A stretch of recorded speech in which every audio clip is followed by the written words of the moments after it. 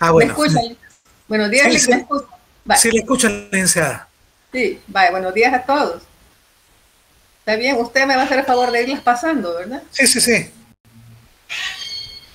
¿O cómo es? Sí, yo lo voy pasando, sí. Ah, usted lo va a ir pasando, vale. Sí. Entonces, me indica el momento para comenzar, por favor. Si quiere, comenzamos ya, licenciada.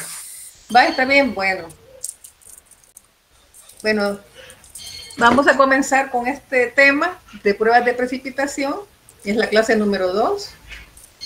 Tienen mi nombre y la bibliografía recomendada es la que el licenciado Valladares, coordinador de la asignatura, les ha puesto en su página. Esta clase está preparada básicamente de la inmunología experimental de Pico Beltrán, ¿verdad? Hay bastante material, incluso para realizar las prácticas. Y también del otro libro de consulta que es la inmunología de Daniel Estites. Ustedes pueden encontrar también en las páginas, estaba revisando que hay unos videos, pero están en inglés. Como ustedes manejan el inglés, por lo menos los observan para que vean cómo es que se preparan estos materiales. Vamos a ver los objetivos de la clase. Que vamos a ver las reacciones de precipitación y los inmunoreactantes que participan en estas reacciones. Vamos a ver el fundamento y cuáles son las variantes que se pueden utilizar en el inmunodiagnóstico.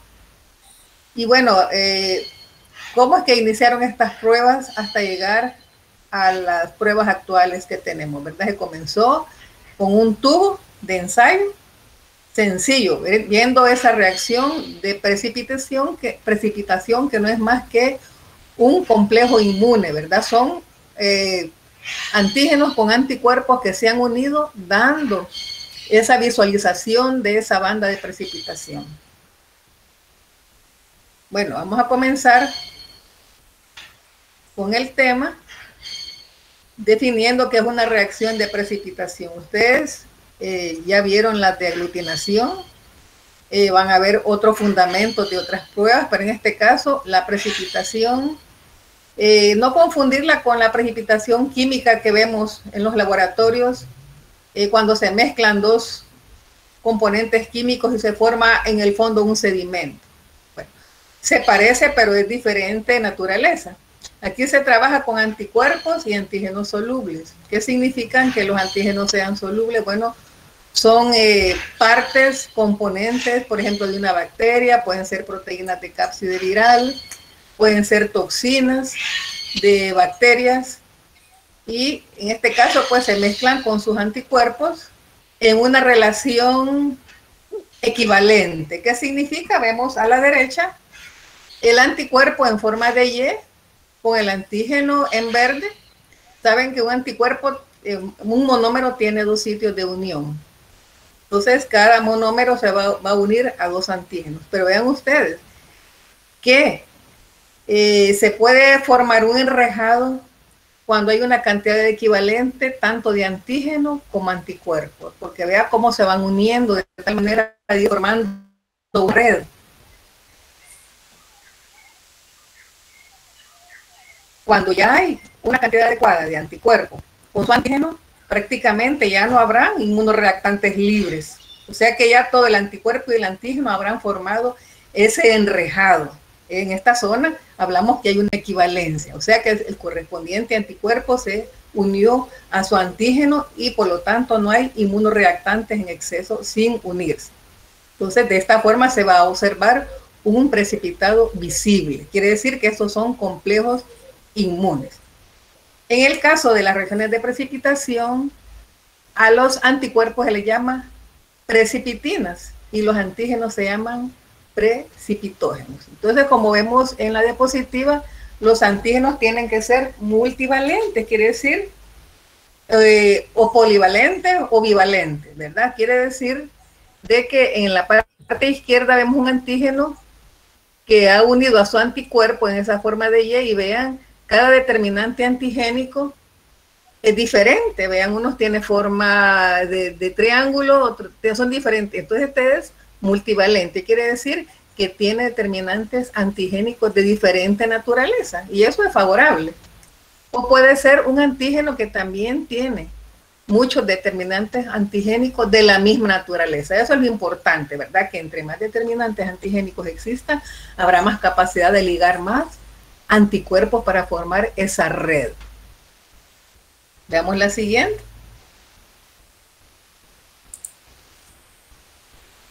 Bueno, ya hemos hablado de los precipitógenos y las precipitinas. Entonces estos son agregados precipitantes o floculantes. Flóculos significan siempre agregados, pero en menor concentración de inmunoreactantes. Los inmunoreactantes, pues sabemos que son los antígenos y los anticuerpos. Entonces, este es un método muy simple, directo, de ver una reacción antígeno-anticuerpo. Y esto lo observaron, pues, los primeros investigadores colocando en un tubito de ensayo una mezcla de antígenos con anticuerpos y vieron que se formó una bandita, una banda transparente, y eso pues les indicó que ahí se había unido su anticuerpo con su correspondiente antígeno. Había un enrejado en este caso. Estas pruebas se pueden realizar en tubo o en lámina, como lo vamos a ver más adelante, y hay variantes, ¿verdad? En algunos se emplea corriente eléctrica para inducir pues la migración más rápida de los inmunoreactantes en el medio de difusión. Veamos la siguiente. Bueno, aquí tenemos representada por esta Y los anticuerpos, ¿verdad? Con dos sitios de unión, FAB, y las redonditas son los antígenos. Entonces, la asociación de estos anticuerpos bivalentes, o sea, de dos valencias, cada monómero tiene dos valencias. Ahora recordemos que el pentámero atrapa más antígenos, ¿verdad? ¿El pentámero cuál es? La inmunoglobulina M. Entonces, las mejores precipitinas en las pruebas de precipitación son las inmunoglobulinas G, ¿verdad? Ustedes ven que en las reacciones de aglutinación es la inmunoglobulina M. Pero en este caso, los monómeros pues tienen capacidad de unir dos antígenos. Y así sucesivamente se van uniendo para ir formando el enrejado, que es lo que al final nos va a visualizar la unión de esos inmunoreactantes, el complejo antígeno-anticuerpo. Entonces, en este caso, los puntitos rojos son epitopes, que son determinantes antigénicos, ¿verdad?, para unir a su correspondiente anticuerpo. Entonces, entre más multivalente sea un antígeno, va a tener oportunidad de unir más anticuerpos y formar, pues, esa bandita de precipitación. Vamos a ver la siguiente. Bueno, en este cuadro ustedes pueden tener la idea de las pruebas de inmunológicas que nos permiten ver la sensibilidad de una prueba. ¿Qué significa sensibilidad? La capacidad de detectar cantidades mínimas, ¿verdad?, de analito buscado, en este caso, microgramos de anticuerpos por mililitro. Entonces, a eso se refiere a sensibilidad, que sea una prueba que detecta cantidades, pero pequeñísimas, que no son detectadas con otra prueba. Entonces, aquí se presentan las diferentes pruebas realizadas en inmunodiagnóstico, por ejemplo, de precipitación en medio líquido. Vean, la sensibilidad, pues, detecta entre 20 y 200 microgramos de anticuerpo por mililitro. Como que no es muy sensible, ¿verdad? Si la comparamos con las otras reacciones de precipitación en gel, ¿verdad?, con las reacciones de aglutinación. Vean que las más sensibles, por ejemplo, son citometría de flujo, ¿verdad? ELISA con quimioluminiscencia, ¿verdad? Entonces, esta es la sensibilidad, ¿verdad? Esa capacidad de detectar cantidades pequeñísimas. Yo les puse este cuadro para que ustedes tengan idea lo que se puede detectar con estas pruebas de precipitación. Algunas son semicualitativas y otras son cuantitativas, ¿verdad? Porque habrá que cuantificar, ya sea de anticuerpo o de antígeno que se encuentre en esa prueba, principalmente cuando se están midiendo niveles, por ejemplo, de factores del complemento en el suero, o para ver la cantidad, la concentración de inmunoglobulinas de un paciente, porque también estas pruebas lo que van a hacer es reflejar el estado de salud de un paciente. Imagínense en una disminución de globulinas, ¿verdad? Entonces, estas pruebas las pueden detectar. Algunas de ellas, ¿verdad? Estamos hablando de las de precipitación en gel. Veamos la siguiente, por favor. Bueno, estas son técnicas de inmunodifusión. ¿Qué significa? Que uno de los inmunoreactantes va a difundir en un medio. Puede ser un medio líquido, por ejemplo, suero, ¿verdad? Que es un inmunoreactante donde se le coloca un antígeno en solución. O puede ser un soporte semisólido como un agar. Entonces, ya sea en medio líquido o en medio semisólido, en un gel, en un medio de agarosa, entonces estos inmunoreactantes tienen capacidad de difundir. Quiere decir que van a ir migrando a través del seno, ya sea del líquido o del soporte de gel, ¿verdad? Entonces, con el fin de encontrarse y formar esa línea de precipitación.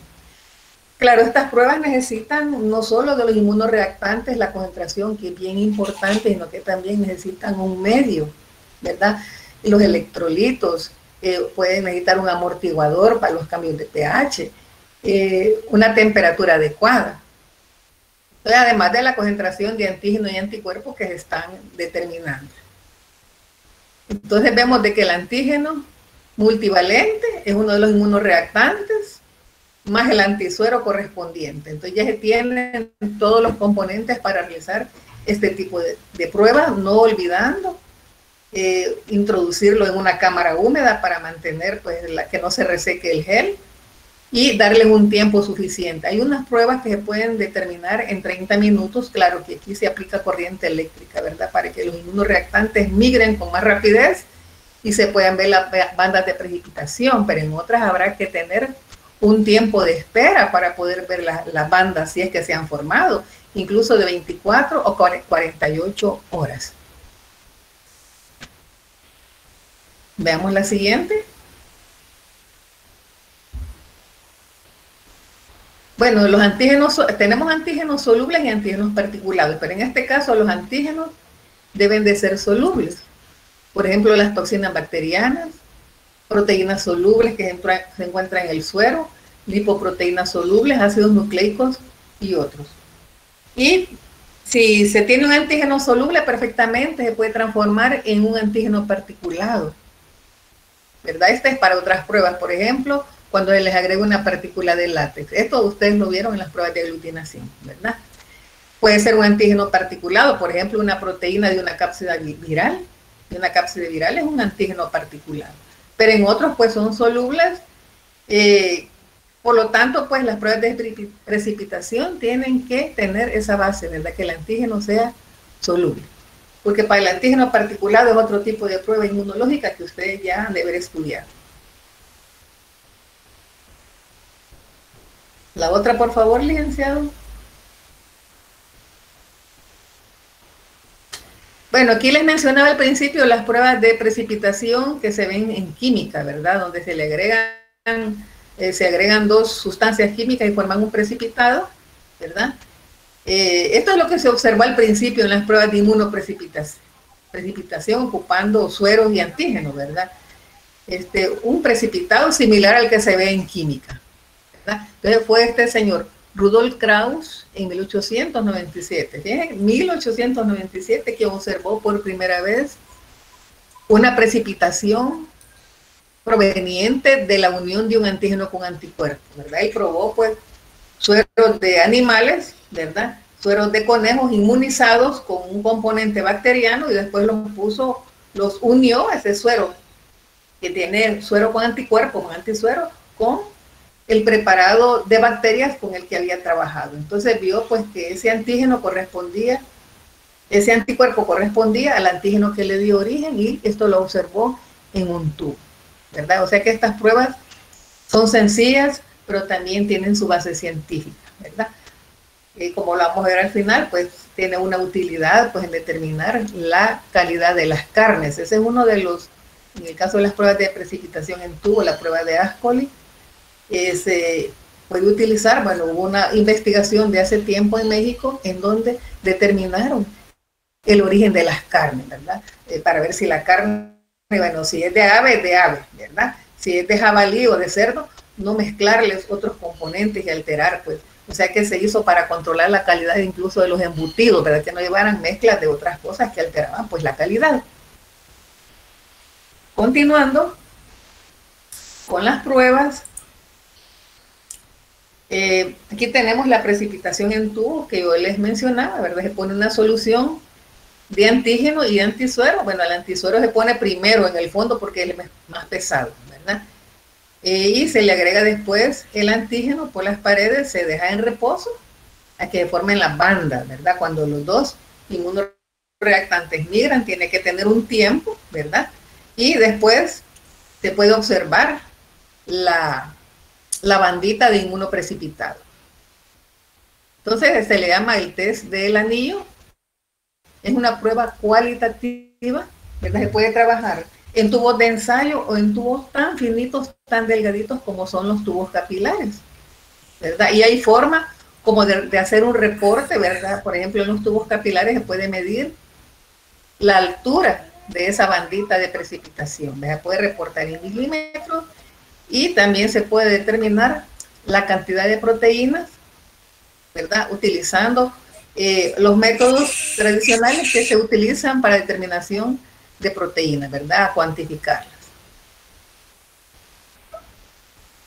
Veamos la siguiente, por favor.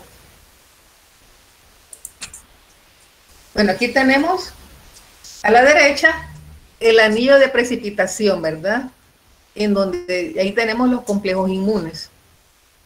¿Y qué es lo que ha ocurrido, verdad? Veamos el antígeno que está en la parte superior del tubo, migra hacia una zona, igual el anticuerpo, como son más pesados, está en el fondo, migran y se van a encontrar, ¿verdad? En donde están las concentraciones equivalentes, tanto de antígeno como de anticuerpos, se van a ir uniendo de tal manera que ni en el sobrenadante va a quedar antígeno libre, ni en el fondo va a haber anticuerpo libre. Entonces se ha unido todo y se ha formado ese enrejado, esa red. Y lo que podemos observar en la derecha, ya en una prueba experimental, en donde vemos el anillito, ese anillito de precipitación, que no son más que complejos antígenos anticuerpos.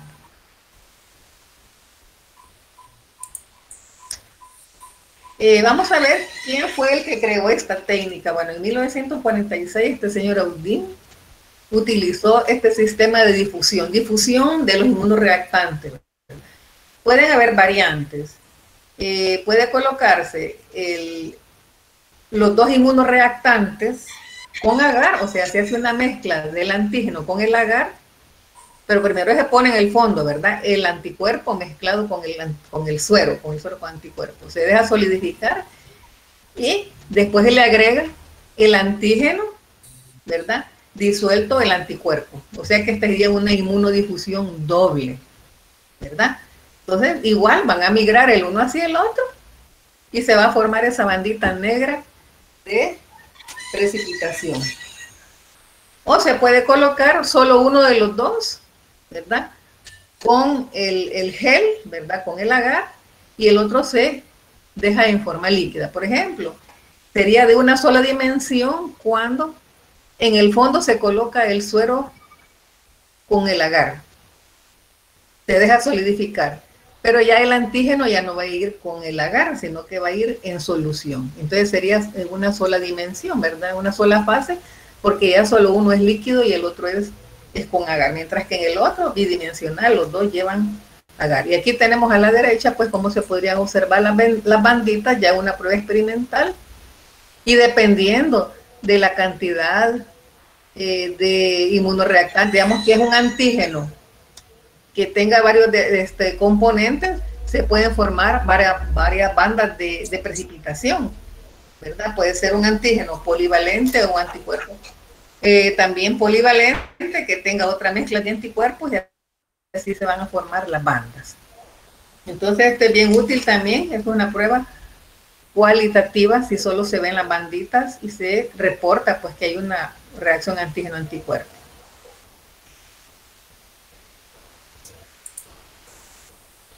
Ahora, hay otra prueba que ya es más, o sea que estas investigaciones fueron avanzando, se fue probando y se fueron viendo otras posibilidades. Por ejemplo, la inmunodifusión doble de Osterloni, aquí también van a migrar los dos inmunoreactantes, tanto el antígeno como el anticuerpo, van a migrar hasta encontrarse en la zona equivalente, ¿verdad? Donde van a formar esas bandas de precipitación. Se puede hacer en placa, ¿verdad? Poniendo varios antígenos alrededor y también se puede hacer en placa o en lámina portaobjeto. Entonces, la inmunodifusión doble de Osterloni, pero se llama inmunodifusión doble porque tanto el antígeno como el anticuerpo migran y vean ustedes en donde están las concentraciones equivalentes, se han formado esas líneas blanquecinas de precipitación, ¿verdad? Tenemos también, igual, ¿verdad? Abajo, aquí se pueden ver las posibilidades, que lo voy a explicar más adelante, ¿verdad? Cuando se considera que es una reacción de identidad, de no identidad o de identidad parcial. A la izquierda tenemos la técnica de Mancini. Esta ya no es inmunodifusión doble, sino que es una inmunodifusión simple. ¿Por qué? Porque en la plaquita, ¿verdad?, se incorpora el anticuerpo en el agar, ¿verdad? Se deja solidificar y después se abren los pocitos en donde se colocan los antígenos. Puede ser un solo antígeno diluido o pueden ser varios antígenos, ¿verdad? Porque también se necesitan conocer las diluciones del antígeno. Se me fue la presentación, Lee. Va, gracias. Entonces, esta es una prueba cuantitativa. La de la derecha, inmunodifusión doble de Osterloni, es una técnica semi-cuantitativa. Se puede semi-cuantificar porque se hacen diluciones y se reporta ahí pues el título. Pero en la de la izquierda, que es la técnica de Mancini, que también tenemos una gráfica acá en la parte inferior, esta es una técnica cuantitativa. ¿Qué quiere decir? Que va a dar datos, va a dar cantidades del analito que se está investigando, porque vean, hay que hacer una curva de calibración con estándares conocidos del antígeno que se está probando, ¿verdad? Entonces, esta es una prueba también en la que se van a ver, no solo, vayan aquí no se va a ver líneas de precipitación como en la técnica de Osterloni, sino que van a ver anillos de precipitación en los que haya reacción, ¿verdad? Y entre más grande es el anillo de precipitación, así es la cantidad de antígeno. Entonces se tienen que medir esos diámetros, no con una regla común y corriente, sino que tiene que medirse con un artículo, ¿verdad? Como el pie de rey, para que sean cantidades exactas en milímetros, porque después habrá que hacer la curva de calibración y extrapolar para encontrar la concentración real de la muestra que se está investigando.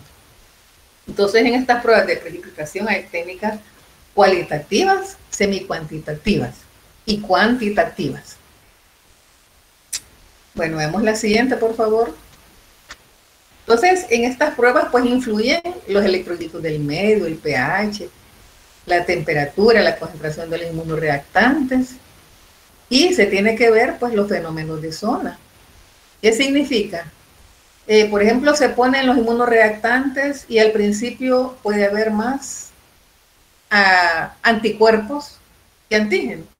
Esto se le llama fenómeno de prozona. Ahí, lógicamente, no se va a formar el enrejado porque habrá poca unión de su antígeno con anticuerpo, que no es suficiente como para poder precipitar. Igual, esta no es una zona óptima, ¿verdad? Igual al final vamos a ver una gráfica, está el fenómeno de prozona. En el fenómeno de prozona ya no hay exceso de anticuerpo, hay exceso de antígeno. De la misma forma, no hay precipitación óptima, lo que tiene que ver con concentraciones equivalentes, para que vean que no sobre ni mucho, no sobre antígeno ni sobre anticuerpo, sino que todos permanezcan unidos formando ese enrejado. ¿Verdad? Bueno, se puede, cuando hay fenómeno de prozona ya en una prueba experimental y no se ve el resultado, ya sea de una prueba de aglutinación o de cualquier otro tipo, habrá que hacer diluciones del suero. ¿Por qué? Porque hay un exceso de anticuerpos que está compitiendo con esa cantidad de antígenos que no es exagerada como la cantidad de anticuerpos que existen, ¿verdad? Entonces, por eso es que se hacen diluciones, ¿verdad? Para ir viendo también que no exista más inmunoreactante que el que se necesita. Entonces ustedes pueden decir esta prueba es negativa o no resulta, y tal vez es que el suero está muy concentrado. ¿Ah? Bueno, veamos la siguiente. Entonces vean que tienen que estar en concentraciones óptimas. Entonces aquí tenemos nuevamente un esquema, ¿verdad? El exceso de antígeno está ahí, vean, hay poco, si hay unión de antígeno-anticuerpo, sí hay, pero no es suficiente para formar el enrejado. Y lo que sucede cuando está trabajando con una prueba de precipitación, por ejemplo, en un gel de agar, en agarosa, ¿verdad? Cuando ya se formaron esas cantidades de precipitados, ¿qué va a pasar?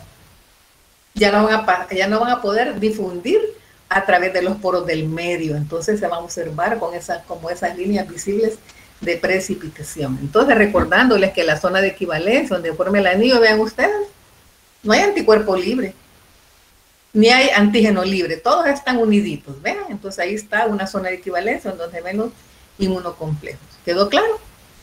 Vale, pasemos a la siguiente, por favor. Bueno, la precipitación en tubo se utilizó al principio, ¿verdad? Y tiene poco uso en el laboratorio. Veamos nuevamente la gráfica. En la zona, al principio hay más anticuerpos que antígenos, se llama prozona. Sí hay unión de antígeno-anticuerpos, sí, pero no es suficiente para formar el enrejado. Igual, al final, hay una zona con exceso de antígeno, ¿sí? ¿Verdad? Pero igual, no es una forma de evidenciar este inmunoprecipitado. Entonces esto se llama pozona. Tiene que haber una zona de equivalencia. Vean ustedes, todos los anticuerpos han unido su bolita celeste, que es el antígeno. Entonces esta es la zona de equivalencia. Es la zona óptima en donde se van a formar esos inmunocomplejos, ¿verdad? Entonces esta prueba se ha hecho acá. Se ha mantenido, como los tubitos tenemos acá, se ha mantenido un volumen fijo de antisuero y se ha ido variando la concentración del antígeno. Se han ido haciendo diluciones hasta ver la concentración óptima, en donde no sobre ni antígeno ni anticuerpo. Bueno, veamos la siguiente. Esta gráfica les va a salir varias veces acá, ¿verdad? Que no se vayan a aburrir. Entonces, estas pruebas se realizan para ver relaciones entre los antígenos. Por ejemplo, usted puede tener dos antígenos y quiere ver la relación cercana entre ellos, lo pone a reaccionar con un anticuerpo. Puede ver la complejidad de esos antígenos que usted tiene a través de este tipo de pruebas, la especificidad, que es aquel anticuerpo que es capaz de reaccionar con aquel antígeno que le dio origen y no con otro, y también va usted a investigar la concentración de los inmunoreactantes. Al hacer diluciones del suero, usted puede titular un suero. O puede saber qué dilución de antígeno tiene, ¿verdad? Haciendo las diluciones del antígeno en este caso. Entonces, titulando anticuerpos o viendo la concentración del antígeno que le puede dar mejor resultado. Ahora, hay variantes de esta prueba, ¿verdad? No solo es la prueba de Audin, la del tubito, de inmunodifusión unidireccional. Está también la inmunodifusión radial que les expliqué, que es la técnica de Mancini, la inmunodifusión doble, que es la técnica de Osterlone. Tenemos la inmunoelectroforesis. Ustedes van a ver en la clase solo lo que es electroforesis, ¿verdad? Que es la separación proteica utilizando un campo eléctrico, pero en este caso es inmunoelectroforesis. Quiere decir que primero se tiene que separar la proteína y después hacer una prueba de inmunodifusión, ¿verdad? Entonces aquí hay variantes también. Veamos la siguiente, por favor. Bueno, ¿qué es lo que tiene la técnica de inmunoelectroforesis? Veamos al principio acá, hay una separación del suero, ¿verdad? Aquí se está trabajando en el puntito rojo con un suero normal, ¿verdad? Y el amarillito es un suero de paciente, ¿verdad? Entonces se corre la electroforesis, se aplica el campo eléctrico para que se separen las proteínas dependiendo de la carga eléctrica.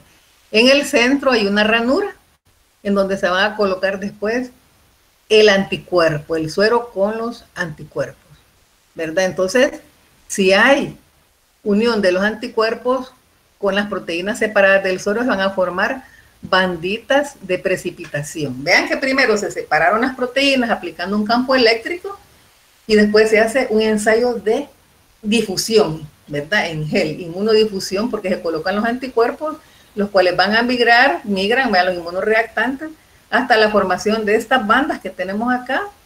Se tienen que utilizar estas pruebas utilizando, por ejemplo, si es una determinación de proteínas del suero, determinación de anticuerpos en el suero, se tiene que tener un patrón de comparación.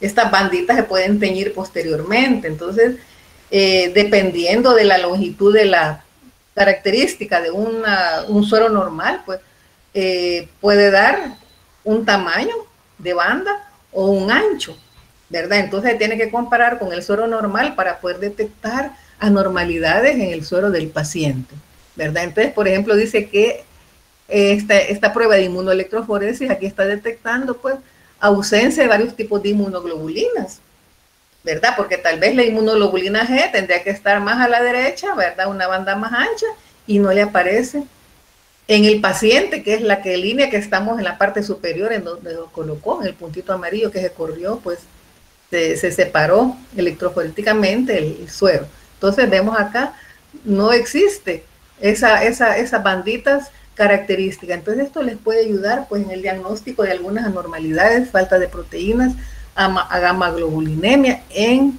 el suero.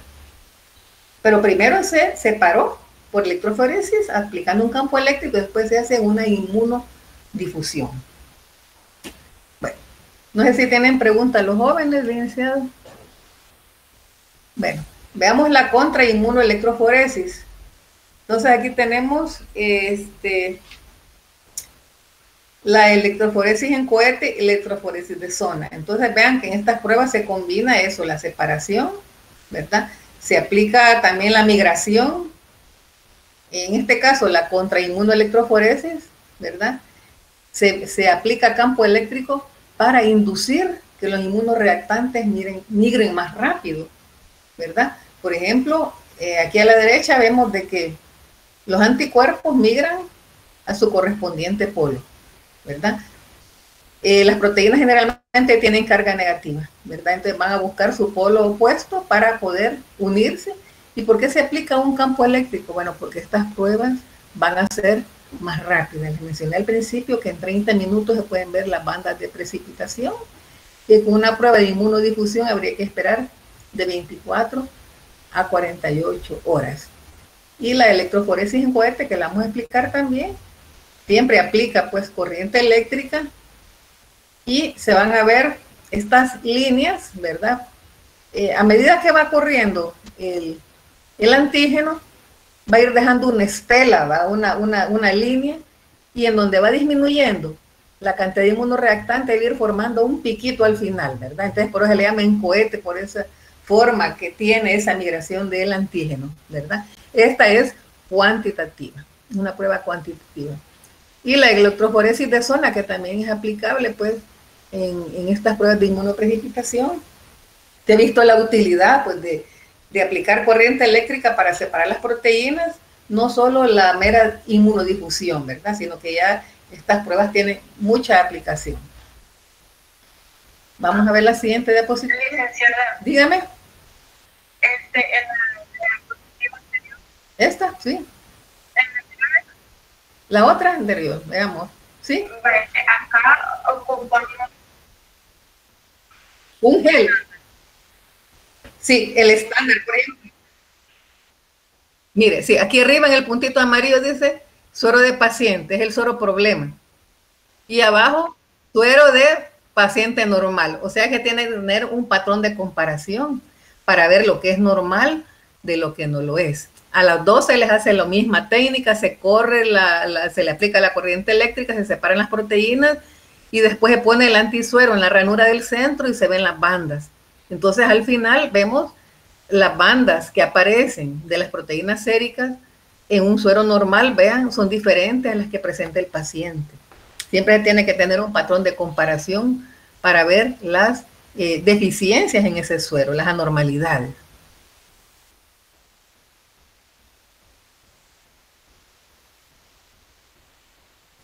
No, en este no, esta es otra. Sí, esta es otra. Esta es otra prueba. Es diferente. ¿Por qué? Regresemos a la anterior, porque ahí ya usted está poniendo un suero de un paciente, ¿verdad? Lo está comparando con un suero normal, ¿verdad? Está aplicando corriente eléctrica. Esta es otra técnica. En la otra solo se cuantifican los antígenos o las pruebas que usted necesita, ¿verdad? Solo se cuantifican, se mira aquí, por ejemplo, se mide, ¿verdad? La distancia recorrida. Son diferentes formas de reportar los resultados, ¿verdad? En algunas, como la inmunodifusión doble de Osterloni, usted mira las bandas, la reacción antígeno-anticuerpo, hasta ahí, cualitativa.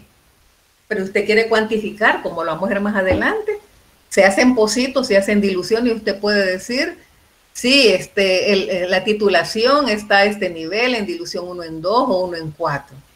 Son diferentes formas de reportar. ¿Quedó claro?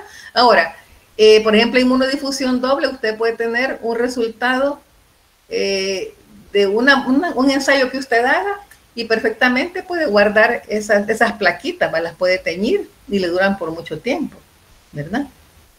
Pero en el caso de la inmunoelectroforesis ya son pruebas que se tienen que tener comparaciones con muestras de pacientes, de persona normal. No solo dar un juicio de que esta banda es así, y con qué la va a comparar para poder usted discernir si está en los niveles adecuados esa proteína del plasma o no, o ese anticuerpo. ¿Quedó claro? Va, está bien. Entonces aquí tenemos un flujograma, una síntesis de lo que son los ensayos de inmunodifusión, ¿verdad? La simple, la técnica de Audin que vimos en tubito, la técnica de Mancini, que es donde se hace la curva de calibración, y la inmunodifusión doble, la técnica de Osterloni, que se puede hacer en placa o en lámina portaobjeto, ¿verdad? Eso es básicamente pues lo de la inmunodifusión. Ahora, hay variantes que las vamos a ir viendo en el transcurso de la clase. Entonces, recordando la inmunoprecipitación en medio líquido, puede ser semicuantitativa o cuantitativa. Aquí tenemos un tubo capilar, ¿lo alcanzan a ver el tubo capilar? Pues en un tubito capilar de eso se puede hacer una prueba. ¿Y cómo vamos a reportar los resultados? Midiendo la altura en milímetros de ese precipitado que se forma, ¿verdad? Entonces se mide en milímetros. Entonces, la precipitación cuantitativa nos está dando la relación óptima. Esa RO quiere decir relación óptima de antígeno-anticuerpo. Ahí donde se formó ese precipitado, esa es la concentración adecuada para que haya habido esa reacción, ¿verdad? Entonces, en tubo capilar, lo vamos a ver más adelante en la otra diapositiva, se puede medir la altura, hasta dónde llegó la bandita de precipitación, pues mídalo en milímetros. Ya conocen los tubos capilares, son bien delgaditos. Pero si se hace esta determinación con otra técnica, ¿verdad? Digamos en tubitos cónicos, esa cantidad de proteínas se puede determinar como usualmente se hace, ¿verdad? Con la determinación de proteínas en el laboratorio. Y esa sería cuantitativa. Ahí sí es cuantitativa. Pero cuando es en tubo capilar es cualitativa. Mida en milímetros. Puede haber un error en milímetros dependiendo de la persona que lo esté viendo. Sí, pero como es semi-cuantitativa no hay problema. Pero en la cuantitativa sí tiene que ver usted qué cantidad de proteínas hay por los métodos usuales pues, de determinación de proteínas. Veamos la siguiente, por favor. Entonces, veamos. Aquí hay varios tubitos, ¿verdad? Señalado con flechitas, alcanzan a ver un anillo de precipitación así opaco, ¿va? Sí, lo ven, ¿verdad? Entonces, ese es el anillo de precipitina, de precipitación, perdón. Ahí se formaron los complejos inmunes, ¿verdad? Entonces, es de ir probando, quizás cuando se han hecho estos ensayos, es de ir probando cuál es la relación más adecuada de antígenos, de anticuerpos, para que nos dé una banda. Y así decir, bueno, a tal dilución el anticuerpo unió con esa cantidad de antígenos, ¿verdad? Ahí donde aparece más rápido el precipitado. Y eso es de ir probando, ¿verdad? Viendo las concentraciones, ir agregando, cada vez le quitamos más antígenos, le ponemos más anticuerpos, hasta ir viendo en qué momento se da más rápido el precipitado. Esta es una determinación semicuantitativa y hemos señalado con las flechitas los anillitos de precipitación, ¿verdad? Bueno. Ahora tenemos nuevamente pues estas pruebas de reacciones de precipitación en medio líquido se hacen en tubito, ya la vimos. O pueden hacerse en matriz de un agar. Desde ya, niños, anoten la tarea que les voy a dejar. Ustedes están llevando diagnóstico bacteriológico. Ahí ustedes ven los medios de cultivo y a lo mejor ya están describiendo los medios de cultivo, su contenido, sus componentes, y van a ver la función del agar dentro de ese medio y a qué concentración se utiliza. Pero en este caso van a investigar qué tipo de agar se emplea para las pruebas de inmunodifusión. Van a buscar sus componentes y van a ver el por qué este componente puede alterar alguna función dentro de estas pruebas. Entonces se investigan. Primero van a ver qué componentes tiene un agar. Por aquí va a haber una diapositiva más adelante que dice el origen. Se lo voy a decir, pero ustedes lo pueden investigar. Entonces, ¿qué tipo de agar se emplea? Y tiene un nombre especial, ¿verdad? No solo es agar, ustedes lo van a ver. Investiguen los componentes que tiene este agar que se emplea para las pruebas de inmunodifusión. Entonces, como ustedes ven, hay un soporte que es un medio semisólido, es un gel. Algunos autores dicen que se puede utilizar la gelatina, pero ustedes saben que la gelatina tiene el inconveniente que se funde a temperatura, ¿verdad? Ambiente, a temperatura a 28 grados la gelatina, a 28, 30 grados, así como estamos, no aguantaría, se funde. Entonces, este es un soporte, pues es un medio especial que ustedes van a investigar, ¿verdad? Y se puede poner en placa como lo tenemos acá, ¿verdad? Entonces, la función de este soporte es eso, ¿verdad? Tener un medio para difundir, para que difundan los inmunoreactantes. No le proporciona nutrientes, no interfiere con las pruebas de inmunodifusión, ¿verdad? Bueno, ya vemos, este es un repaso, ¿verdad? Los dos tipos de reacciones de inmunodifusión, la inmunodifusión doble o técnica de Osterlone y la de inmunodifusión radial o simple, que es la técnica de Mancini. Y ya dijimos que es para determinar concentraciones de anticuerpos o de antígenos, para comparar antígenos, ver pureza de antígenos, la relación de los antígenos. Y más que todo, pues la técnica de Mancini es una técnica cuantitativa. Y la de Osterlone puede ser solo cualitativa, ver las bandas o ausencia de ellas, y también se pueden hacer diluciones y tener una relación semi-cuantitativa. Bueno, vemos la siguiente. Bueno, aquí volvemos el enrejado, ¿verdad? Entonces yo creo que esto ya quedó claro, vean ustedes. En la zona de prozona no hay precipitado. Sí, hay un antígeno unido a un anticuerpo, sí, pero eso es mínimo, es ínfimo, no se puede visualizar, ¿verdad? Igual en la zona al final, la zona posona, ¿verdad? Hay más antígeno que anticuerpo, ¿verdad? Tampoco son visibles, sí hay inmunocomplejos, sí hay, pero no son suficientemente grandes para formar esa bandita o ese anillo de precipitación. Tiene que estar, y vean ustedes abajo, sin precipitado, poquito precipitado, precipitado máximo. Y esto se ha ido estudiando. Vean que cuando se trabajan con tubitos se ha ido probando, se ha centrifugado y se ha visto que en la zona prozona no hay precipitado. Ya llegando a la zona de equivalencia se formó precipitado en menor cantidad, pero en la zona de equivalencia el precipitado es mayor. Y se investiga que el sobrenadante no tiene antígeno ni tiene anticuerpo libre. Y así, ¿verdad? Vaya, pasamos a la siguiente. También aquí tenemos nuevamente el resultado, ¿verdad? Que ya, pues, usted ya les quedó claro, ¿verdad? La zona de equivalencia es la que permite, pues, mantener visibles esos inmunocomplejos. En donde les decía, ¿verdad? Que se hicieron los estudios de los sobrenadantes y no se encontró en la zona de equivalencia ni antígeno ni anticuerpo libres. Todos se habían unido. Bueno. No tiene dudas con respecto a esta gráfica, ya algo varias veces, ¿verdad? Vale, entonces vamos a ver cuáles son los factores que afectan la difusión de los inmunoreactantes. Aquí tenemos 3 vasos de precipitados, 3 beakers. Entonces, ahí hay un líquido. Si usted tiene un vasito con agua y le deja caer una gotita de tinta, ¿verdad? Vean cómo se va difundiendo, ¿verdad? Solito, hasta llegar a colorearse toda el líquido. Esto puede ocurrir con un gas también, ¿verdad? un gas en la cocina, el propano, ¿verdad? Que empiece a difundirse, usted de repente sintió que toda la casa ya huele a gas, ¿verdad? Esta es una difusión también. Entonces, en las reacciones de inmunodifusión afectan la temperatura, ¿verdad? La fuerza iónica. Por ejemplo, cuando se aplica corriente eléctrica en esas pruebas de inmunoelectroforesis combinadas con métodos de difusión, en algunos se tiene que ver que se ocupe un buffer. Como se calienta la muestra con el agar, ¿verdad? Pueden haber cambios ahí, entonces se necesita un buffer para que no se altere la reacción. Entonces, interfiere la fuerza iónica, ¿verdad?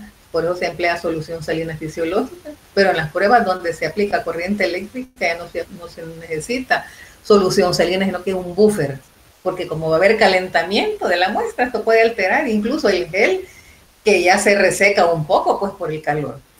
También el pH tiene que ver, y la viscosidad de las muestras, ¿verdad? Entonces, ¿qué es la difusión? El movimiento de una sustancia disuelta, como la que yo les puse acá, una gotita de tinta en un vaso con agua, ¿verdad? Desde un lugar de mayor concentración, ¿verdad? Aquí hay un movimiento caótico de esas moléculas, entonces, ¿qué quieren hacer? ¿Qué ocurre? Tiene que equipararse el soluto igual en todo el seno del líquido, por decir algo, ¿verdad? No solo estar concentrado en la parte de arriba, superior, como en el esquemita de la izquierda, sino que mostrarse como el último, que ya está toda la solución coloreada, ¿verdad? Esa es la difusión. Esto ocurre también en estas pruebas de precipitación, ¿verdad? Cuando migran los anticuerpos a unirse con los antígenos, entonces tiene que estar equiparado todo el medio con los inmunoreactantes. Este es el principio de la difusión. Veamos la siguiente, por favor. Bueno, esto tiene que ver con principios de la física, que la ley de Fick, que tiene que ver con la difusión, ¿verdad? En un medio fluido. Hablamos que los medios fluidos pueden ser líquidos, o pueden tener un soporte como el gel de agarosa, y aquí pues juegan importancia esta relación, que no la vamos a discutir, ¿verdad? Para que ustedes conozcan cómo estos principios, estas leyes de la física juegan un papel importante en estas pruebas, ¿verdad? Entonces, desglosando acá, pues ahí tienen ustedes el significado de cada una de estas, de esta fórmula y su función. Por ejemplo, U es la cantidad de sustancia que difunde, ¿verdad? ¿Cuáles son? Los inmunoreactantes, los antígenos y anticuerpos, ¿verdad? El tiempo, ¿verdad? ¿Dónde está el tiempo? ¿Dónde lo tengo? Creo que por ahí me equivoqué. Entonces yo lo voy a revisar. El tiempo, bueno, se me fue. El coeficiente de difusión, que es D, ¿verdad? Esto depende también de la viscosidad, de la consistencia, de la concentración también de los inmunoreactantes. El área de difusión, que es la A, la concentración inicial, la distancia recorrida, porque imagínense de que no es lo mismo que un componente sea muy viscoso, a uno más liviano va a difundir más rápido, ¿verdad? No es lo mismo que la distancia que va a recorrer para ir a encontrarse con su antígeno sea más grande, entonces todo esto tiene que ver. Y aquí juega papel importante también el poro, ¿verdad? El tamaño de poro del agar, que ya lo vamos a ver más adelante.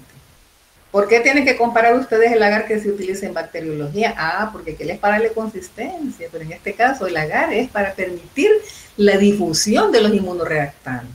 ¿Qué tal si le ponemos el agar al 3% como el que ocupamos en Bacter? Es más, quedar los inmunoreactantes cada quien en su lugar y no se van a mover. Entonces vean la importancia de utilizar este tipo de geles. Bueno, la distancia recorrida, la temperatura, ¿verdad? Si la temperatura está más elevada, va a difundir más rápido, ¿verdad? Y el volumen de la sustancia que difunde. Bueno, y me disculpan el tiempo, no sé dónde es que lo metí, pero yo le voy a revisar esta fórmula. Lo importante es que ustedes vean todo lo que juega en esta prueba, que no solo son los inmunoreactantes, por supuesto, tienen que haber. Hay leyes de la difusión que tienen que cumplir, y aquí ya demostraron ellos, pues, con esta fórmula, cómo influyen en los resultados. Va, pasemos a la siguiente, por favor. Bueno, veamos la inmunodifusión doble de Osterloni, ¿verdad? Entonces, puede ser en un medio líquido, como le haríamos en el tubo, o puede ser en una plaquita, en una placa de vidrio, o en una placa de Petri. Entonces, el movimiento caótico de las moléculas que empiezan a mover, basados en la ley de Fick, ¿verdad? Con lo que veíamos en la fórmula, ¿verdad? Entonces, ¿con qué finalidad? De que el soluto no solo se quede concentrado, como veíamos en el botecito con la tinta, en una sola parte, sino que difunda por todo el medio. ¿Para qué? Para equiparar toda la concentración. ¿Verdad?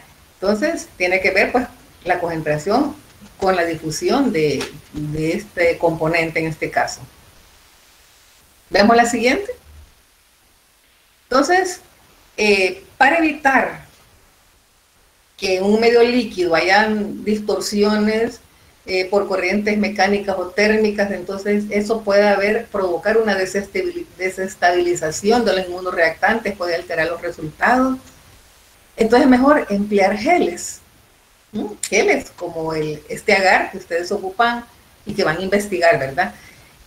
Sus componentes y la función de él dentro de estas pruebas. Entonces, es mejor ocupar geles, ¿verdad? Están más estabilizados que los líquidos en sí, ¿verdad? Porque esto también tiene que permitir, igual que un líquido, la difusión libre de las moléculas. Por eso que tiene que tener una concentración adecuada, tiene que tener un grosor adecuado, esa capa de agar, que no se pase más del tiempo, y tiene que haber ahí, pues, principios, pues, que le permitan la difusión de los inmunoreactantes. Entonces, la concentración baja del gel, ¿verdad? Tiene que permitir la difusión de los inmunoreactantes, que vayan como pasando a través de esos tamaños de poros, y generalmente se dice que el diámetro del poro, imagínense, es de 3 micras, a esa concentración para que la que se ocupa este agar. Bueno, aquí tenemos este cuadrito, pues, lo que les decía de la difusión, ¿verdad? En donde se quiere que todo el seno, en este caso del espacio, quede a la misma concentración, ¿verdad? Que no hayan partes ahí escasas de colorantes, sino que esté todo parejo, para poner el ejemplo del colorante. Bueno, vamos a ver cuáles son los componentes. Bueno, aquí hay una parte de lo que les he dado de tarea. El agar se obtiene de las algas marinas rojas, ¿verdad? De estas especies, Elidium amans y Gracilaria fortissima, y tiene que ocuparse una concentración más baja, ¿verdad? ¿Por qué? Se tiene que tener un tamaño de poro adecuado. ¿De cuánto? De 3 micras para que los inmunoreactantes difundan en el medio. Entonces, esto permite que migren los componentes, ¿verdad? Vayan formando gradientes de concentración y después se forme la concentración óptima, se encuentran en concentración óptima y se formen, ya sea anillos de precipitación o bandas de precipitación. Entonces aquí tenemos, pues, las algas de las cuales se extrae este componente, que no solo es útil en este caso, sino que también se emplea para la industria alimenticia, para darle espesor a los alimentos, ¿verdad? Algunos. Vamos a ver qué más tenemos del soporte que se utiliza en inmunodiagnóstico. El tamaño de poro, el grosor del agar, a qué concentración se puede preparar. Veamos la siguiente, por favor. Bueno, entonces fíjense que aquí tenemos una plaquita en donde se han perforado estos hoyuelos, ¿verdad? Entonces la capa de agar tiene que tener de grosor entre 1.5 a 2 milímetros. Para aquí también hay una formulita, ¿verdad? Las personas que trabajan en eso tienen que especializar en estar haciendo estos cálculos. De acuerdo al área de la lámina hay una formulita, usted va a poner la cantidad de agar, si usted quiere, un grosor de 1.5 milímetros de agar, tiene que ver el área de la lámina, ¿verdad? Y ahí hace su cálculo cuántos mililitros de agar va a poner usted en esa plaquita, para que no le quede ni muy delgadito ni muy grueso, porque usted necesita 1.5 milímetros de espesor. ¿Pueden haber otros estándares de otro espesor? Sí, y así va a ser el cálculo que usted va a hacer para ver cuánto le va a agregar de volumen a esa plaquita. Entonces, en estos hoyitos, en estos huequitos, se han perforado y se van a colocar los inmunoreactantes, ¿verdad? Luego se van a poner en una cámara húmeda, cubiertitos, se les va a dar un tiempo para que se les dé oportunidad de que ambos inmunoreactantes migren y puedan formar bandas de precipitación, si es que son compatibles, ¿verdad? Si es que hay relación entre ellos. Entonces, para estas pruebas se tiene que dejar por lo menos 24 o 48 horas para poder ver los resultados al final. Vamos a ver, por favor, la otra. Y aquí tenemos el principio, que es lo que ocurre, ¿verdad? Esta fue ideada por estos señores Helek y Osterlund en 1949. Y vemos acá qué es lo que ocurre. Bueno, aquí tenemos, hay un pocito que tiene antígeno y otro que tiene anticuerpo. Este es cuando se hace la prueba en una laminita, por ejemplo, ¿verdad? Y ¿qué vemos? De que el antígeno y el anticuerpo empiezan, ¿verdad?, a migrar en el seno del agar y vean que se empiezan a difundir. Ahí se van encontrando uno al otro, por eso se llama inmunodifusión doble, porque los dos migran hasta encontrarse. Y ven acá, donde está la flechita roja, la zona de equivalencia. Ahí están las concentraciones óptimas para poder unirse y formar esos complejos inmunes. Ahí se van a ver las bandas de precipitación. Vamos a ver la otra. Entonces, ya les había mencionado que es una estructura parecida a una red, ¿verdad? Y cuando ya vemos nosotros de que esos complejos inmunes se han formado, ¿qué ocurrió ahí? Esos complejos inmunes se unieron, más bien el antígeno y el anticuerpo se unieron, formaron unos complejos inmunes que eran tan grandes que ya no podían atravesar el tamaño del poro. Y se quedaron ahí. Y en donde se ven las bandas de precipitación, que las podemos apreciar en la plaquita de arriba, son unas líneas blanquecinas bien finas, ¿verdad? Estas se pueden colorear posteriormente y se guardan, ¿verdad? Pueden durar mucho tiempo, pero se les quita el agar, ¿verdad? Entonces las banditas quedan fijas en el vidrio. Entonces, estas son las banditas de precipitación. Se ven unas líneas opacas visibles. Ahora veamos cuál es el comportamiento de estos componentes, por ejemplo. Esto aquí solo se ve visual, ¿verdad? Hay banditas, no hay banditas. Y entonces, ¿qué ocurre? Por ejemplo, tenemos dos antígenos. Tenemos, sí, un antígeno A y un anticuerpo B. En las tres posibilidades. ¿A dónde creen ustedes que hay una zona de equivalencia en donde se encontraron tanto el antígeno como el anticuerpo y formaron bandas de precipitación? Acá, a la izquierda, en donde la bandita esta, que es más ancha, ahí estaban las concentraciones óptimas. Pero ¿qué pasó en la situación del centro? ¿Qué creen que había con el antígeno? Había más antígeno que anticuerpo. Y no corrió mucho, se quedó aquí cerca del pocito. O había mucha concentración de antígeno, ¿verdad? O no pudo difundir por los poros del agar, ¿verdad? Y en este caso, en la tercera posibilidad, el antígeno puede tener una mezcla de otros componentes, ¿verdad? Entonces el antígeno nos está mostrando que no solo tenía un componente, sino que tenía otro, ¿verdad? Entonces puede ver la pureza del antígeno, en este caso la carga pesada de los antígenos, ¿verdad? Y en este caso la relación óptima, que es cuando la banda está cabal en el centro, donde emigraron y se forma una banda uniforme. ¿Quedó claro? Bueno. Entonces veamos el tipo de reacciones que se pueden observar en las pruebas de inmunodifusión doble o técnica de Osterlund. Cuando se ven estas banditas, se puede determinar si es una reacción de identidad. Por ejemplo, aquí tenemos en los pocitos, tenemos dos antígenos y tenemos un anticuerpo, ¿ya? Entonces, después que se dio toda la posibilidad del encuentro, se incubó, se esperó el tiempo adecuado, se ven que estas banditas se entrecruzan, así como se la está señalando el licenciado. ¿Qué significa? Que esta es una relación de identidad.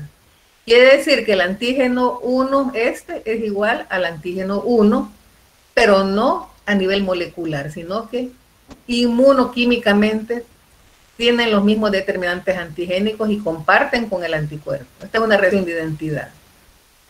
En la del centro tenemos identidad parcial, ¿verán? Tenemos un antígeno 1-2, un antígeno 1 y tenemos anticuerpos para el 1 y para el 2. Pero ¿qué pasa? Ya esta es una identidad parcial. Vean que el espolón, hay un piquito saliente que se va al antígeno que no está relacionado, ¿verdad? Este ya no corresponde, ya no es. Y en la de no identidad, vean que las dos banditas se entrecruzan. No hay ninguna relación inmunoquímica entre estos dos antígenos. ¿Quedó claro? Aquí hay una pequeña relación, ¿verdad? Pero que se deriva en el centro al antígeno 1, ¿verdad? Entonces, la banda de identidad, pues aquí sí nos está diciendo que pueden ser antígenos de diferente naturaleza, pero comparten un determinante antigénico común. No es que sean molecularmente iguales, a esto se refiere. Y esto lo podemos ver también en las banditas ya experimentales, en donde en la plaquita, vean en la plaquita, son pocitos pequeñitos, ¿verdad? Entonces, las bandas son bien finas. Tenemos la de identidad parcial, y la de no identidad cuando se entrecruzan. Bueno. También aquí tenemos nuevamente ya más una mejor vista, ¿verdad? La banda de identidad. Y esto es una prueba, ¿verdad? No es un esquema, es una prueba. Aquí están los pocitos donde se colocaron los inmunoreactantes y aquí están los resultados, ¿verdad? Bueno. Al igual como lo teníamos en el esquemita anterior. Ahora, ¿se pueden semicuantificar? Sí. También se puede ver como les dije, otro resultado, además de hacer diluciones del suero, ¿verdad? O del antígeno, si es de suero se va a titular, ¿verdad? Y pues se puede ver también la concentración de antígeno presente, entonces se va diluyendo el antígeno. ¿Qué ocurre acá en donde está más concentrado? Vean que la banda es más ancha.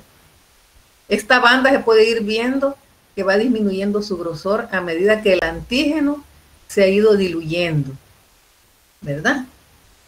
Entonces, esta es una prueba semicuantitativa. Entonces, se pueden ir viendo las concentraciones del antígeno o se puede hacer una titulación de los anticuerpos. Esta es una prueba semicuantitativa, ¿verdad? Igual, aquí tenemos, se pueden hacer las titulaciones de los anticuerpos. Usted diluye su anticuerpo. Vean, aquí en donde está más concentrado, ¿verdad? Está más gruesa la línea. Y a medida que se va haciendo la dilución del suero, ¿verdad? Y aquí usted está titulando, ¿verdad? Aquí está titulando usted viendo hasta qué concentración de suero ya diluido todavía hay reacción con el antígeno. Esta es una titulación. O puede ver las concentraciones del antígeno también. En este caso, pues diluye su antígeno, hace diluciones seriadas igual que el otro. Bueno, no sé si tienen alguna pregunta, licenciado. Si no, seguimos. Va. Ahora aquí tenemos, cuando se habla de que estas plaquitas pueden tenerse para mostrarlas posteriormente o hacer el estudio, se pueden, se lavan, se preparan, se tiñen con colorantes permanentes. Aquí vemos las banditas ya teñidas en el pocito 1, en la 2, en el 3 y en el 4, ¿verdad? Colorantes para proteínas, por ejemplo, las tinciones de rojo de ponceado, negro, no es amido negro, yo creo que aquí me equivoqué, amido negro. Sí, lo voy a revisar. Es negro amido y azul de comacie. Azul de comacie. Es amido black, amido de amida. Amido black y azul de comacie son colorantes para proteínas. Perfectamente pueden teñir estas plaquitas sobre el vidrio, ¿verdad? Se les va quitando el agar y después se pueden mantener por mucho tiempo, ¿verdad? Bueno. Tenemos nuevamente acá esta prueba de inmunodifusión doble que se utiliza pues en medicina veterinaria, ¿verdad? Estas pruebas se pueden utilizar, estas pruebas de inmunodifusión en medicina veterinaria, ¿verdad? Son aplicables, ¿verdad? Más que todo, ¿verdad? Vamos a ver, este es el test de Cushing's, ¿verdad? Aplicado en medicina veterinaria utilizando este ensayo de inmunodifusión. Ustedes van a revisar, pues ahí lo que hacen en el mar, es posible que encuentren ensayos de inmunodifusión. Ministerios de Agricultura y Ganadería de diferentes países. Entonces aquí tenemos, ¿para qué sirven estas pruebas? Bueno, para cuantificar diversas proteínas plasmáticas inmunoglobulinas, ¿verdad? Como la IgA, IgA, IgM, porque las otras, la IgG y la IgD, están en menor proporción, ¿verdad? Fracciones del complemento, factores de coagulación, veterinaria, ¿verdad? Medicina veterinaria.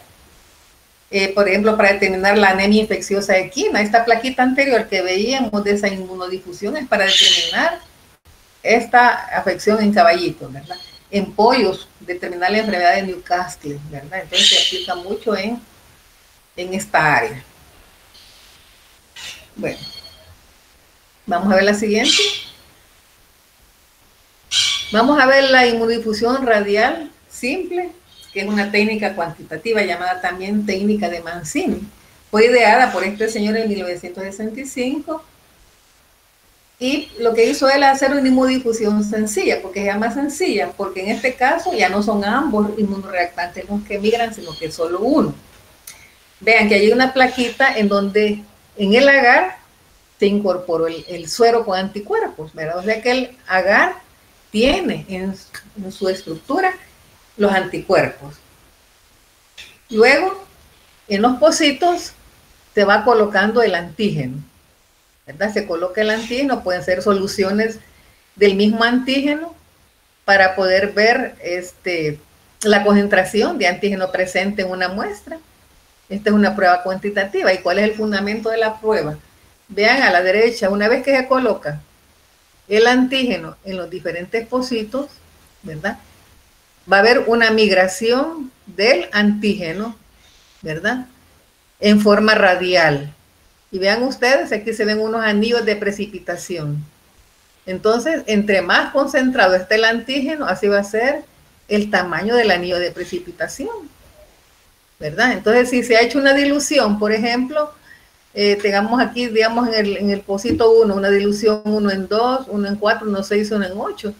Entonces, en donde está todavía más diluido, que es en el último, todavía se ve un anillo de precipitación, ¿verdad? Entonces, ¿qué es lo que se tiene que hacer? Se tienen que medir los diámetros y construir una curva de calibración para determinar la concentración de esa muestra, ¿verdad? Extrapolando, si se emplean sustancias patrón conocidas de ese antígeno, perfectamente se puede extrapolar y encontrar la concentración de esa muestra problema. No sé si me di a entender, si no vamos a ver la siguiente diapositiva. Entonces, el fundamento es que el antígeno migra, ¿verdad? Y en donde están las concentraciones óptimas van a formar esos anillitos de precipitación. Aquí están, ¿vean? En algunos no hay anillo de precipitación, en otros sí, en unos son más grandes, en otros, ¿verdad? Entonces, esta es una prueba que se tiene que realizar, pues, haciendo las mediciones exactas de esos anillos, porque hay que hacer una curva de calibración y después determinar la concentración de la muestra. Veamos la siguiente. Entonces, igual, se pone en cámara húmeda, se espera que difunda, en este caso el antígeno, ¿verdad? Y se encuentre con su correspondiente anticuerpo que está mezclado en el agar en la concentración óptima para poder formar esos anillos de precipitación. Entonces, veamos acá, a la izquierda, pues los diferentes anillos que se han formado pueden ser diferentes muestras, ¿verdad? Y luego se construye el patrón, ¿verdad? Con estándares conocidos. Usted tiene que tener un estándar con las diluciones para poder poner su muestra problema que está acá, ¿verdad? Entonces, tiene que tener usted patrones de concentración conocidos y hacer diluciones para poder extrapolar después su muestra qué concentración corresponde. ¿Quedó claro? Entonces, basado en la medición de los diámetros, mide los diámetros, los coloca en su gráfica y después tiene patrones de concentración conocida en las abscisas. Y luego usted tira su curva, extrapola, en la P está el problema y corresponde a esta concentración, ¿verdad? Que le está dando el estándar que usted ya conoce. Esta es una prueba cuantitativa. Aquí tenemos nuevamente, los diámetros se miden no con una regla común, ¿verdad? Sino que con un artículo, por ejemplo, el pie de rey, el vernier, que es más exacto, se pueden medir los diámetros, ¿verdad? Y se construye la gráfica. ¿Cuál es la aplicación de esta prueba? Bueno, cuantificar proteínas séricas, las inmunoglobulinas, por ejemplo, la GG, la IgA y la IgM. ¿Verdad? Componentes también, fracciones del complemento, ¿verdad? Presencia de componentes de la albúmina, determinación de anticuerpos. Entonces, tienen que verse los niveles medidos de estas muestras utilizando la curva de calibración con patrones conocidos. y poder hacer la extrapolación. Ahora veamos, la prueba de haz polivalente fue ideada por este señor Rudolf Krauss en 1897 y él trabajó con extractos de animales que padecían carbunco. Bueno, el carbunco o anthrax, producido por Bacillus anthracis, que es una enfermedad mortal y se puede pasar al humano. Entonces puede pasar al humano, por ejemplo, en los cargadores de lana, ¿verdad? Personas que están con esas lanas de las ovejas pueden adquirir esta bacteria. Entonces, ¿qué es lo que hizo él? Inoculaba conejos, ¿verdad? Inoculaba conejos con la bacteria en estudio. Extraía el suero, la sangre, después obtenía el suero y ponía a reaccionar el suero del conejo, que es el suero con anticuerpos, con extractos de la bacteria con la que había trabajado. Y que encontró que al poner a reaccionar los componentes los preparados de la bacteria, las bacterias, con los sueros de animales enfermos, se migraba a una zona, en este caso, un anillo de precipitación, que correspondía al anticuerpo, ¿verdad? De estos animales preparados en el conejo, ¿verdad? Entonces él vio pues que era una reacción de identificación, ¿verdad? Entonces logró inmunizar conejos, ¿verdad? Con esos componentes de los animales enfermos y para obtener pues el suero. Y así pues obtuvo esa prueba para poder determinar las enfermedades en los animales. Pero actualmente esta es una prueba que casi no se usa, ya no se usa prácticamente, pero se hicieron estudios más que todo en medicina veterinaria y en la industria de la carne, ¿verdad? Para ver qué tan pura era la carne que se le ponía, por ejemplo, los embutidos. Y ver que no tuviera mezcla de otras carnes de diferente etiología. Y poder, pues, confirmar de que esos embutidos o esos preparados a base de carne, pues, eran realmente de esa carne de vacuno. Que no daban carne de otro animal o de otras mezclas de otras cosas, ¿verdad? Pero al principio esta prueba de haz polivalente se ideó con eso, ¿verdad? Determinar esas enfermedades en los animales. Entonces tenemos acá, ustedes pueden buscar en la página web, pues el estudio, si les interesa ver, ¿verdad? El estudio de la precipitación, el diagnóstico diferencial de las carnes, ¿verdad? Se hizo este estudio en México, ¿verdad? Para eso, ¿verdad? Para ver la calidad de los embutidos que se vendían en algunos lugares, ¿verdad? Y determinar que no fuera carne de jabalí, ni carne de cerdo, ni de otro tipo de carne, sino que fuera carne, pues, como lo mencionaba, pues la etiqueta. Ahora, la utilidad de la prueba en lo que se ha venido trabajando es los extractos acuosos de tejidos animales, ¿verdad? Para ver, por ejemplo, el origen del carbunco en medicina forense. Por ejemplo, determinar la presencia de esas manchas de sangre. ¿De dónde es? Si es sangre de humano, ¿verdad? Si es sangre de animal. Entonces, en medicina forense, para el diagnóstico de la sífilis, por ejemplo, en la prueba de CAN, la prueba de CAN para el diagnóstico de la sífilis. Se ha utilizado también para la clasificación de algunas cepas bacterianas. El carbón bacteridiano no es más que el carbunco o anthrax, ¿verdad? Que es lo que utilizó este señor al principio para poder ver la etiología de la enfermedad, trabajando con conejos. Estandarización de toxinas y antitoxinas también, ¿va? Principalmente las toxinas, la toxina diftérica y la tetánica, ¿no? La triquinosis, la erisipela en cerdos y plantas relacionadas, ¿verdad? Para poder pues, ir comparando especies. En esto pues se ha trabajado en esta prueba de inmunoprecipitación o prueba de Ascoli que se hace en tubo. Bueno, vamos a ver si hay otras. Bueno, hasta aquí nos quedamos entonces. No sé si tienen preguntas. ¿Tienen alguna pregunta con respecto a lo que hemos visto, jóvenes?